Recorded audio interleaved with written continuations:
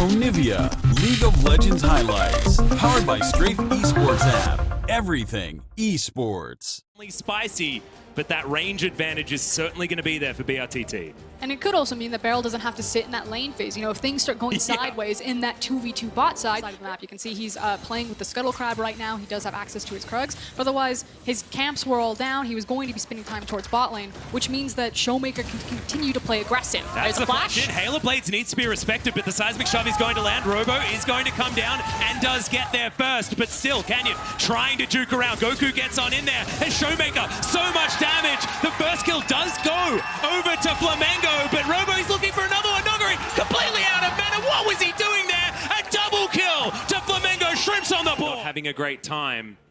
They are ahead in gold, though. Those couple of kills certainly were good news. We're going to find the Ruthless Predator, though, as Canyon looking for it. Infernal Chains land, but it's going to be onto the Crocodile, and they don't even need the Seismic Shove until the very end. And another kill goes into the hands of the Talia. And it's just frustrating. You can see it in the CS. Is Warrior Enchant, as Noguri just playing as safely as he can.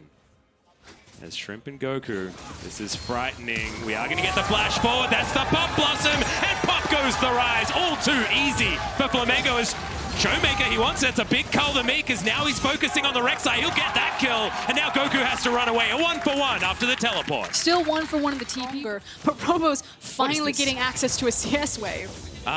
Frosker, and this is Canyon on the bottom side of the map. I've never seen this before as Beryl's going to dive forward, wants to get the stun. The seismic shove avoided just so narrowly. Lucy, oh god, the turnaround for Flamengo. Outplayed by the Brazilian bottom from this Brazilian squad, and you'll have Damwon sweating at this stage because they were confidence plays that were answered with the same level of confidence as Noguri. Caught in transition, the Hail of Blades certainly a problem. Sidestepping though, and that's a seismic shove you didn't want to get caught in. Beryl doesn't get the stun, but the fling back's there and the double kill comes down for Canyon. And just like that, as we're celebrating, And then you're back up again in the late game, but we are going to get towards that trough, and when it's BRTT that has it, that can be a problem because he is such a powerhouse for this squad. Bit of a dive topside though, as that's another seismic shove. You've got to be looking for them circles because that means death. And it means that larger one, while Robo is just taking the brunt end of Showmaker. Well, Cloud Drake is going to be taken here by Flamengo comfortably 10 minutes into the game. And it was still topside, waiting for another counter gank as we are going to have Beryl. He face checks, the hook is going to land, the playback's in and he just explodes. Lucy grabs the kill, but that's another assist. Going over to Drake, going to be the first dragon that Damwon are going to go for. Of course, we got very used to Oceans with our, I believe, 8 of them that we had yesterday. It was a ludicrous trough for Flamengo, where their only options were to look through picks with this this Nico and her CC setup. Gonna try it again. If you don't succeed, bring a friend and try again as Noguri, 4 people around him, and he should get taken down, but Seraph's had completed. He survives for a little bit longer, and now Showmaker jumps on top of Shrimp. Pop Blossoms there, finds no one as Beryl looks for the reset, but doesn't get it. The Void Seeker comes from the back end, and Nuclear locks him down as Showmaker is underneath the turret, feeling comfortable, but now Robo's turned up. If he gets some of these kills, it's going to be so huge, but he can't find any. Finally, the root comes in, and Goku locks down Beryl. And that is exactly what Flamengo needed. They forced the... Either of these teams, 2.6k, something like that, is not a gold lead that you can really hang your hat on as Beryl going to be face checking, gets snared up immediately, but that's a great bone skewer as Shrimp goes gold and wants to take the Latin, but can't. Great timing on the shove there as Lucy going to be taken down so damn low, and Nuclear dives into the back like Blast Code is god tier, and I don't think it's enough as just the edge of the Kulvamik there from Showmaker locks down the kill. Good sidestep, but the root's in, and BRTT is going to be taken down. Pop Blossom under 3 members. It's a big one, but the death from below is going to be in, and Showmaker locks down the Nico as well. The flash from Noguri is so... Only a 2-item power spike champion. The rapid fire wasn't completed in the last fight. BRTT completed it upon death. But it is a Flamengo team that were able to avoid the engage. I'm going to say that I think Canyon's ultimate actually closed Showmaker around from the flank, but they immediately used the Rise ultimate. They're now on the Baron. That is a Mountain Drake. Yep, Realm Walk towards the Baron pit. We'll see whether they got enough damage, and they certainly do. The Baron is dead in about 4 seconds.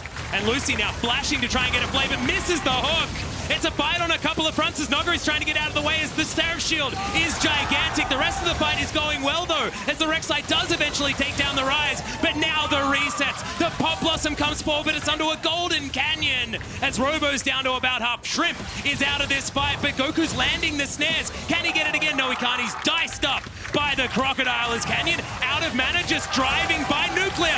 Grabs that kill off the back end, and it's an ace out of nowhere for Damwon, but it looked so close. It didn't work out because, like you say, when you've just got the backlines fighting each other, just wasn't good enough.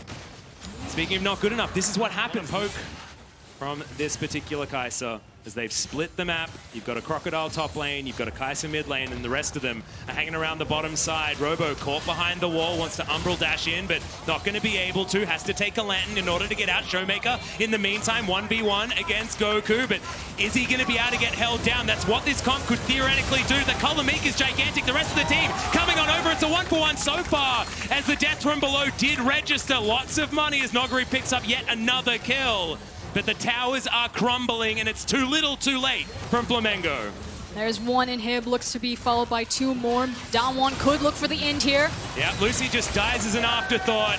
As Robo now snared up Noguri underneath turrets. He loves it here. That seems like his natural habitat. Getting towards the fountain, the pullback beautiful by Beryl, but Robo does have some of the damage still available. Gets one of them. It's just not enough. Flamengo on their fountain. Nuclear now playing gatekeeper as Nexus turrets are getting destroyed. There are 4 billion minions as they're on the fountain. Robo is taken down as the minions are taking up the damn fountain laser. As now Goku's going to fall. Nuclear's going to use his flash because he may as well. And finally, the Nexus gets its due. Damwon 2-0 on their first day.